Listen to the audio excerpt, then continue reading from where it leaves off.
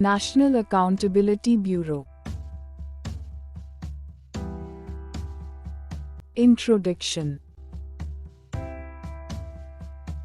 In recent years, a phenomenon broadly referred to as corruption has attracted great deal of attention. In countries, developed and developing, large or small, market-oriented or otherwise, because of accusation of corruption, governments have fallen. Prominent politicians, including presidents of countries and prime ministers, have lost their official positions, and, in some cases, whole political class have been replaced. Corruption is not a new phenomenon.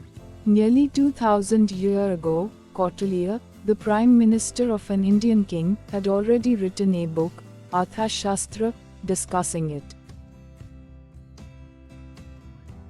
7 centuries ago, Dante placed bribers in the deepest parts of hell, reflecting the medieval distaste for corrupt behavior. Shakespeare gave corruption a prominent role in some of his plays, and the American Constitution made bribery one of 2 explicitly mentioned crimes which could lead to the impeachment of a United States president. Corruption in Pakistan.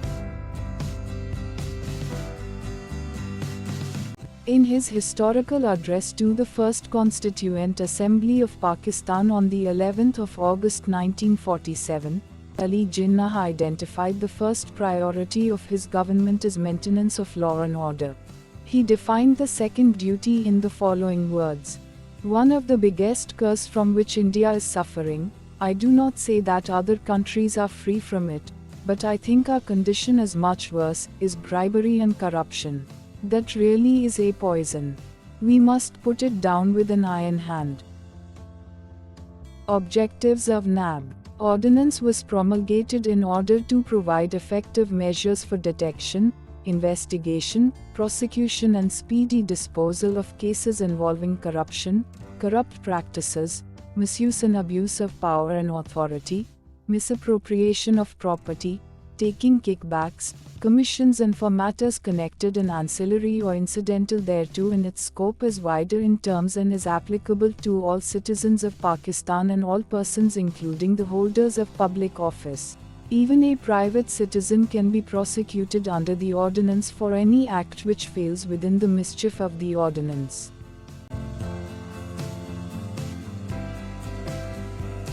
Failures of NAB. The role of National Accountability Bureau (NAB) in curbing perpetual and growing corruption is highly disappointing. Even after submission and resubmission of reports before Supreme Court of mega corruption cases, the NAB has failed to prosecute even a single person.